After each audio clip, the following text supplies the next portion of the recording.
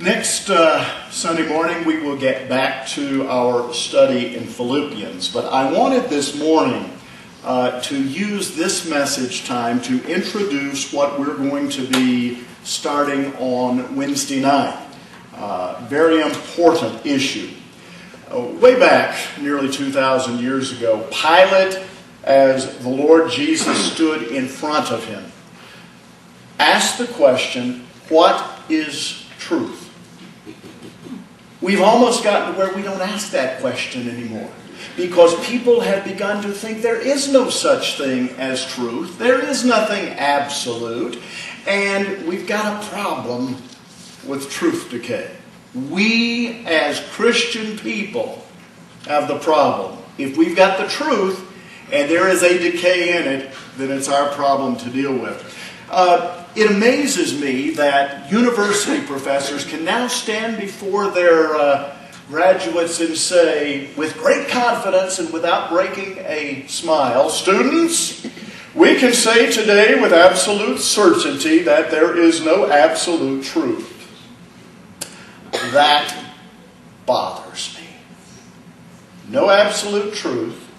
Of that, I'm absolutely sure. And that's what they're telling our students. But at the same time, whoa.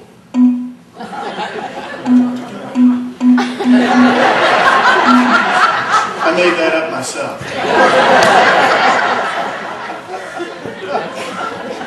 There we go. So much for, again, we work hard on this every week. It does not ever seem to want to cooperate. How many of you have read this classic book by Alan Bloom, The Closing of the American Mind? There are a couple of you. He says some amazing things in the book, and it is a classic, a bestseller. But one of the things that he tells us is that there is one thing a professor can absolutely be certain of. Almost every student entering the university believes, or says he believes, that truth is relative. Whatever's true to you is true to you. Whatever's true to me is true to me. But whatever you believe, I don't have to believe. And what I believe, you know. And hey, we just all get along well that way. No absolute truth. Back in 1995, and then again in 2000 and 2005, George Barna, who is the researcher of Christian things, I suspect he'll come out with a new research this year because it's about time, but he did a study on what people believe or what they don't believe regarding the Word of God. This is the statistics that he came up with. Only 9% of the general public has a biblical worldview. In other words, only 9% of all the people around us in our country and our world see through the same lens that you and I look at. Now, Christians, you would expect them to have a better worldview than that. Well, 19% of those who claim to be Christians have a biblical worldview. But this is what really concerns me. When you put all the statistics together, of those in the general population who are ages 18 to 23, less than 0.5% have a biblical worldview. That means that most of our kids growing up today believe nothing that we were supposed to have taught them.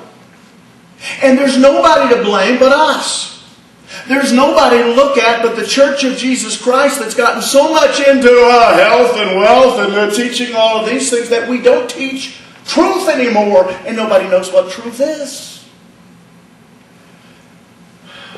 Former Secretary of Education William J. Bennett, and it doesn't matter whether you agreed with his administration or not, I thought he was a great education director.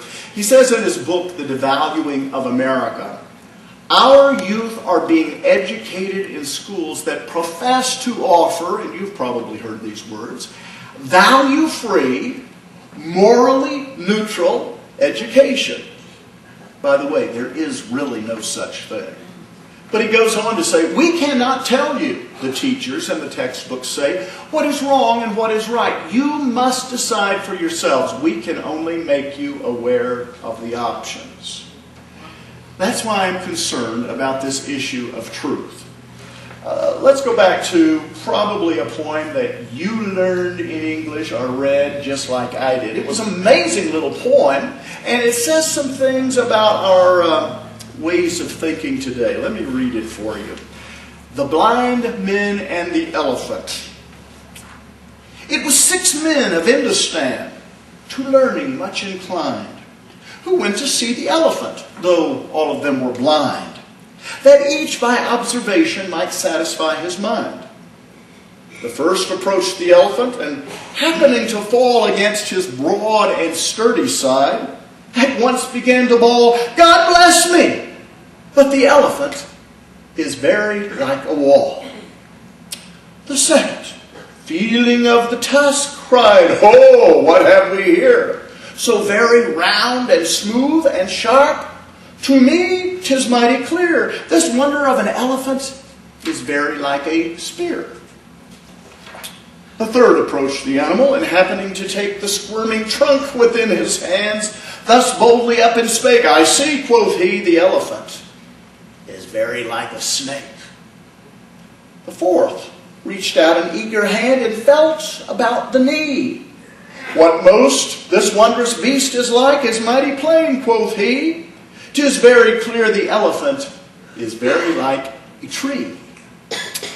The fifth, who chanced to touch the ear, said, Even the blindest man can tell what this resembles most. Deny the fact who can. The marvel of an elephant is much like a fan. The sixth no sooner had begun about the beast to grope than, seizing on the swinging tail that fell within his scope, I see, quoth he, the elephant is very like a rope.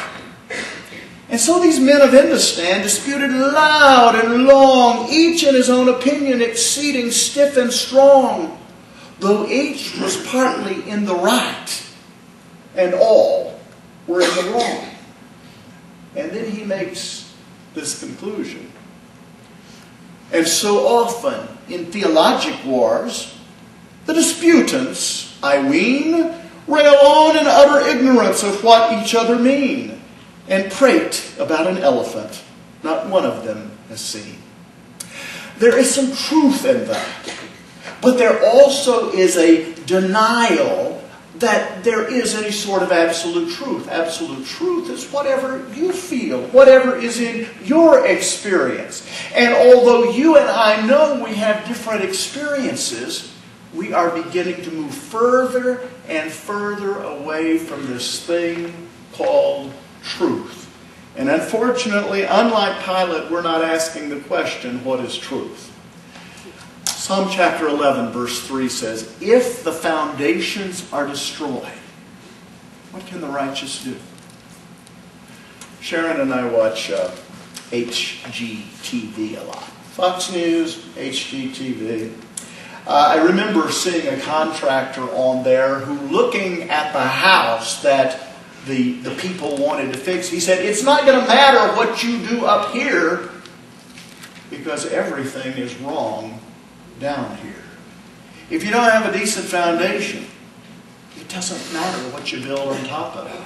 Our problem is we're allowing the foundation to crumble. You know as well as I do, when you go look at a house, at least we men do, you can't kick the tires of a house, but what do? You look at the foundation.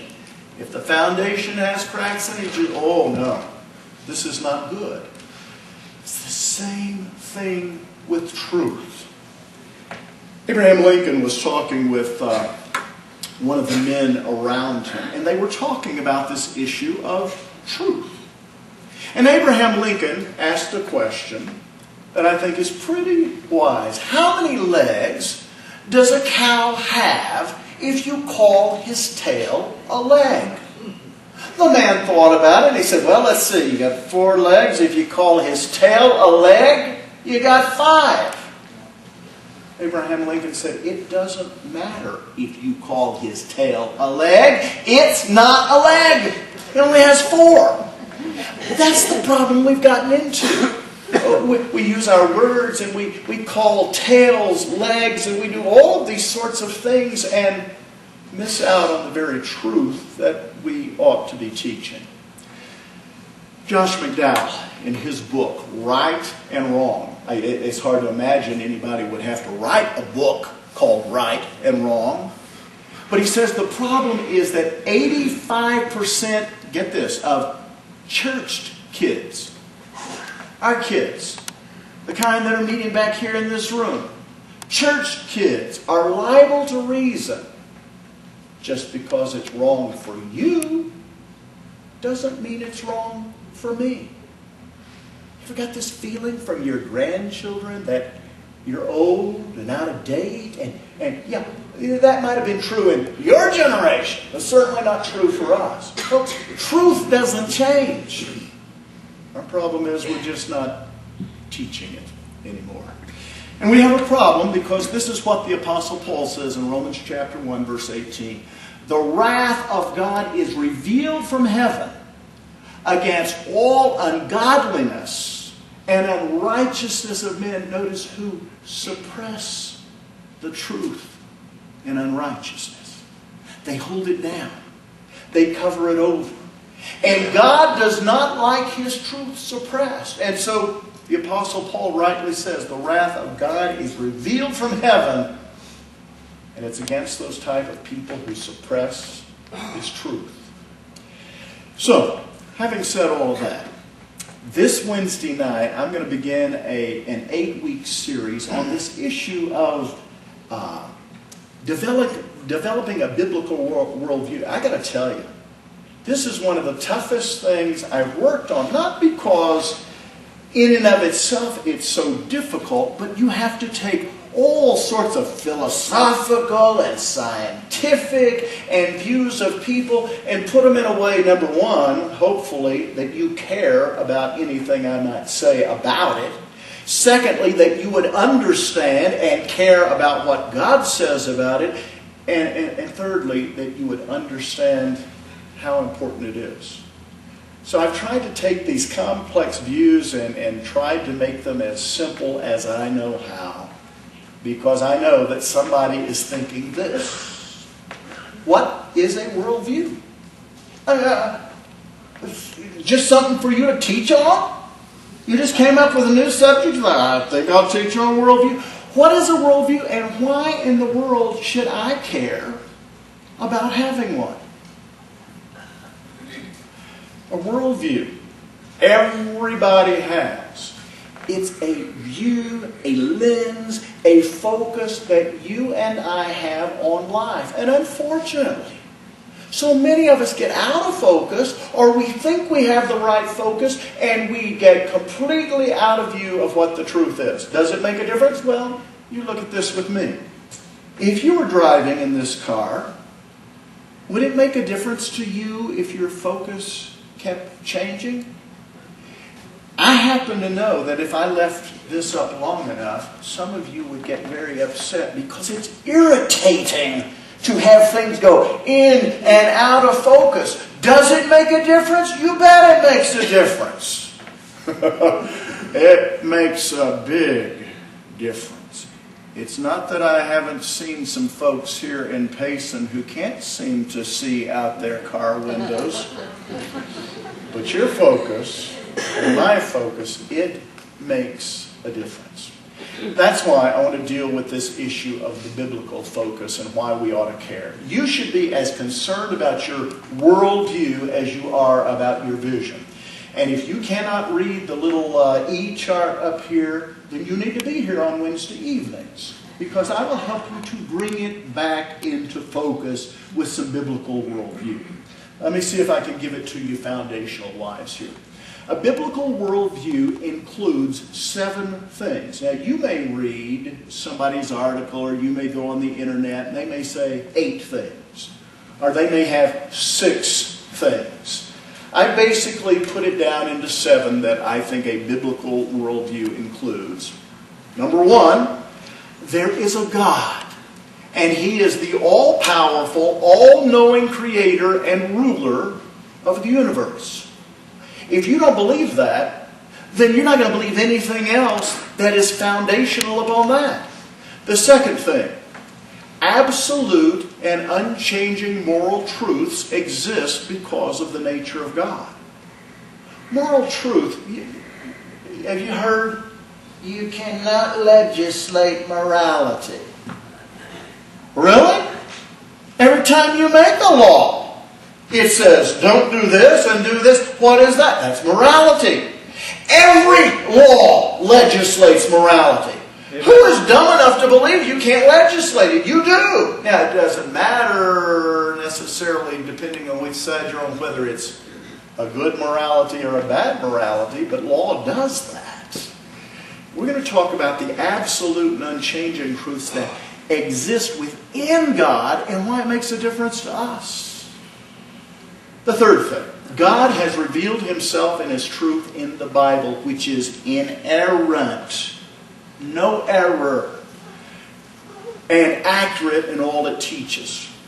People say, well, the Bible talks about the sun rising and setting. We know that's not true. Well, wait a minute. When's the last time you heard a scientist say, well, I got up this morning at the revolving of the earth? They don't do that either. The Bible in what it teaches is always accurate. When it teaches about science, it's accurate. It uses some of the same kind of language, however, that you and I do. Number 4, Satan is a real being created by God who opposes God's rule and His dominion over the world. That also means that the Bible is true when it talks about a hell. That's coming in great disfavor with even Christians today. We don't believe that a good God would do that sort of thing. Well, let's talk about what He says about it and see if we understand. Number 5, Jesus Christ was sent from God to live a sinless life and die and rise again for the sins of the world to reconcile men to God. It is a foundational principle that it was Jesus Christ, not Buddha, not Muhammad. Well, but then you got to be politically correct. No, you don't. Otherwise, you're saying to people, go to hell, go directly to hell, do not pass go, do not collect $200. Jesus said He's the way, the truth, and the life. No one comes to the Father but through Him. Now, if He's not, you've got a big problem. We're going to talk about why we believe He really is who He said He was. Number 6, salvation is a free gift of God and cannot be earned. And yet I suspect that there are people sitting here this morning and you still think, you still believe that I've got to do something to earn it. I've got to be good enough. And God says, no, you cannot earn it. There is nothing you can do to get it. I give it to you. Will you receive it? And then finally, and some Christians don't even necessarily believe this, but Christians have a responsibility to share truth with the world. You say, well, we ought to let them believe what they believe. No, the Word of God teaches that if indeed you have the truth and you don't share it with those who don't have the truth, God holds you at fault. Now the issue is, do you have the truth? And if you do, God says you need to share it with all the world because it does make a difference. Having said all of that, this morning I just want to deal with one basic foundational fact. You have to deal with this fact whether you want to or not. It is an issue which every person tries to deal with, and some better than others. It comes down to 2 foundational beliefs, and you fit into one category or the other. Okay? First one is the belief of naturalism. We'll talk about what that means in just a moment. The second is supernaturalism. Naturalism basically says everything that's here just happened. It's just by natural law. We're very scientific. Supernaturalism says there is a Now get this, there is a being or a force. See, not everybody believes in the God of the Bible. But supernaturalism says it couldn't just happen by itself. There had to be a divine designer. Now, what you need to know about these foundational beliefs is, number one, they are both faith systems. We've been taught that naturalism, the issue of evolution, the issue of how we... No, that's science. No. When you cannot repeat something, you can only deal with a hypothesis or a theory. You cannot go back and see what happened in the beginning. You either believe it happened from nothing, as the naturalist does, or you don't. Supernaturalism is the same thing. I cannot prove to you that there was a God who existed who made everything as it is, but you only have one of two options. You better make your choice. Number two, both are mutually exclusive. You know how some of us like to take both sides of an argument? You know, oh, I don't want to offend anybody. Oh, you're the, oh, then I'm the, oh, I'm the. You cannot really do that with these two issues. People try. I saw a cartoon one time where a man was getting off of a boat. He was at the pier, and he was trying to get on the pier. Well, he had one foot on the pier and one foot in his boat. And then he realized that his fishing pole was in the boat. And as can only happen in a cartoon, and it is about to happen here if I don't move, he split in half. I would suggest to you that really, people who try to hold to two views that do not go together are splitting in half in their minds and their ways of looking at things, and they'll never understand truth. Number three, both naturalism and supernaturalism believe that something is eternal. Has to be. You remember when your children asked you, well, what was here before God? Who created God? Well, who created? It's the law of infinite regression. If you keep going back, there always has to be something. Now, for the longest, with naturalism, they said it was matter. You know? Matter existed. With supernaturalists, they say God. God existed. But something had to exist for anything else to exist. Let's talk about naturalism for just a moment. Naturalism is the belief that everything exists by natural processes and there is no supernatural or divine cause for anything in the universe. No, it's just, they say, it is scientific. We are the scientific people. You Christians, you're the kind of anti-scientific people. Listen, folks, you know what the biggest problem is with naturalism? It's science. This is the problem that they've come up with. Oh, by the way, let me go back here. Right here. I can't explain all of these things to you. I'm sure Dr. Fraser can.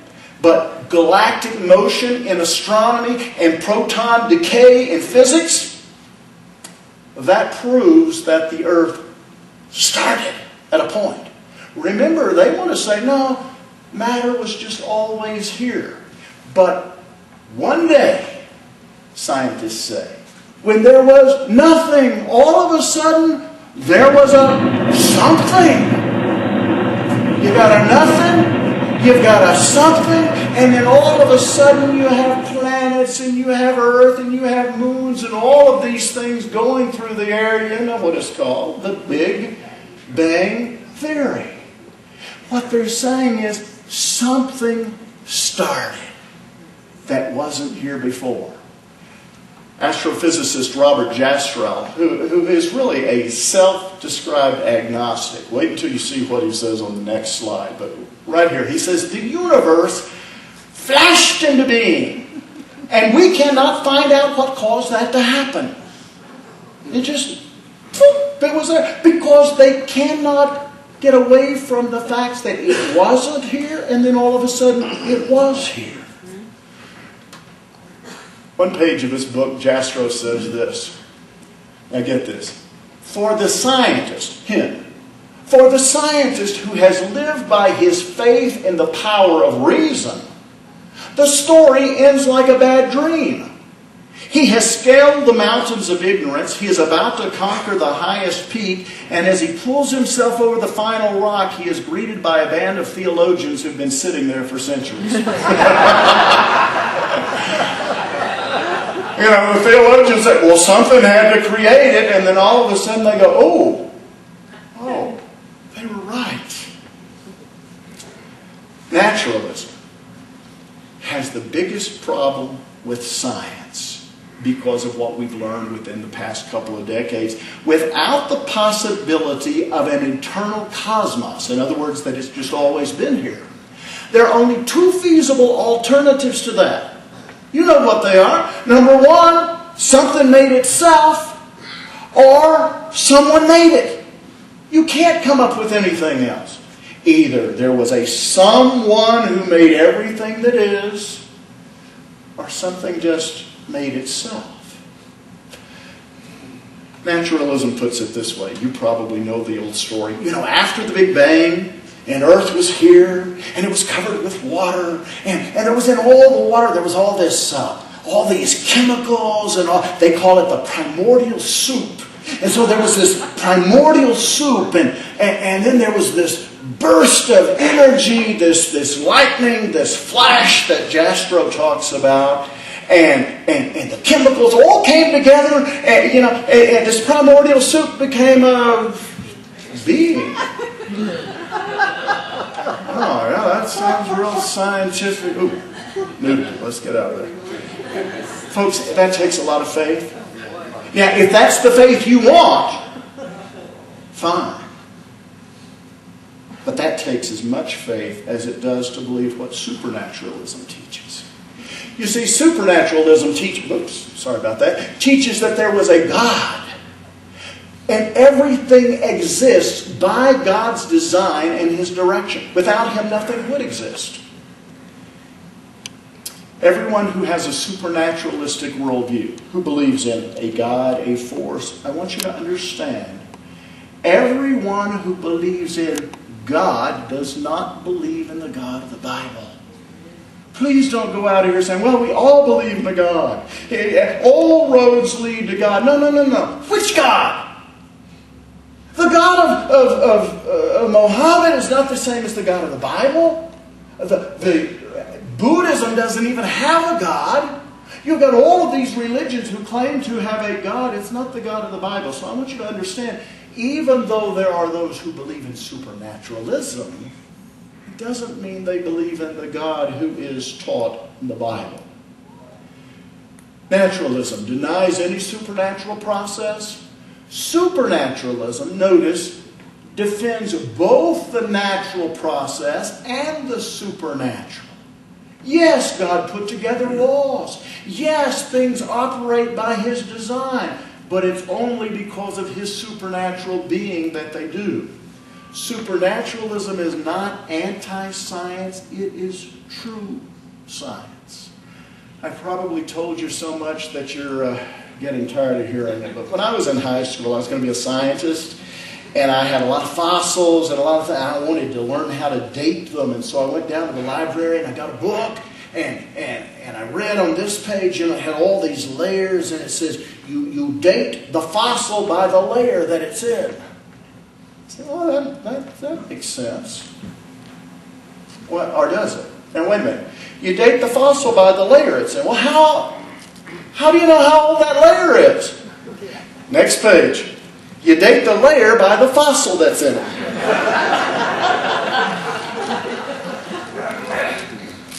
Date the fossil by you date the layer. Right then, I decided, I'm not that stupid. Somebody is. It's not me.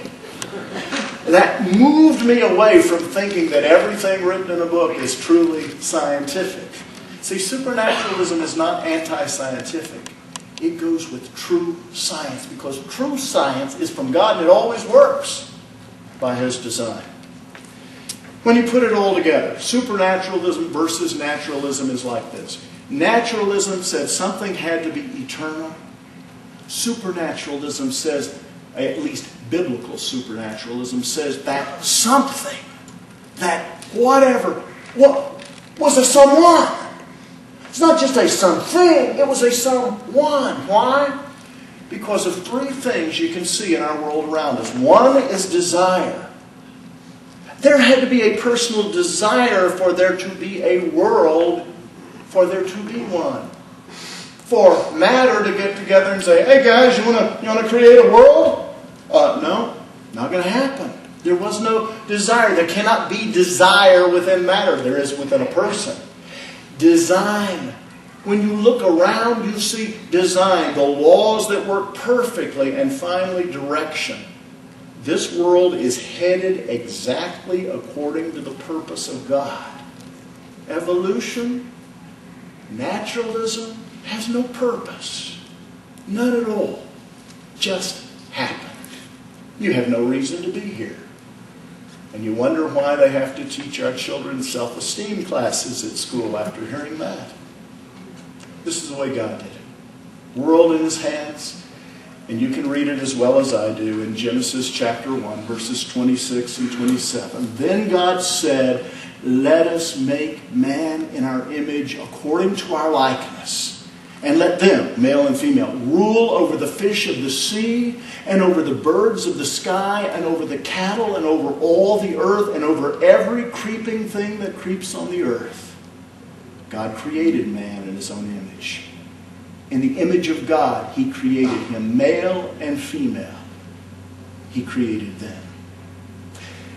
And because of the time, or lack of time we have this morning, I want to take you to a final story. This is Mr. Nachin.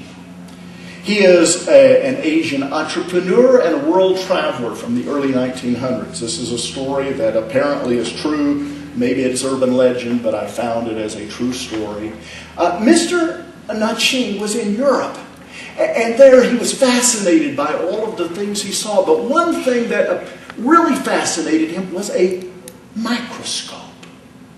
The man who showed him the microscope showed him how he could look at things and he could see little microscopic animals and parasites and all sorts of vermin that was on it. He was so fascinated, and being so wealthy, he just bought one. He thought, this will be a great toy. I'll take it back with me. And he did. And he enjoyed looking at things through it. One day, he thought, I will look and see what is in my bowl of rice here. And as he looked at the rice, he saw all kinds of parasitic vermin crawling over it. Now, being the great scientific man that he was, beset with a new set of facts, what did he do? He crushed the microscope. This is what people do when they are hit with facts they don't want to believe. Christians do the same thing. Christians need not do that.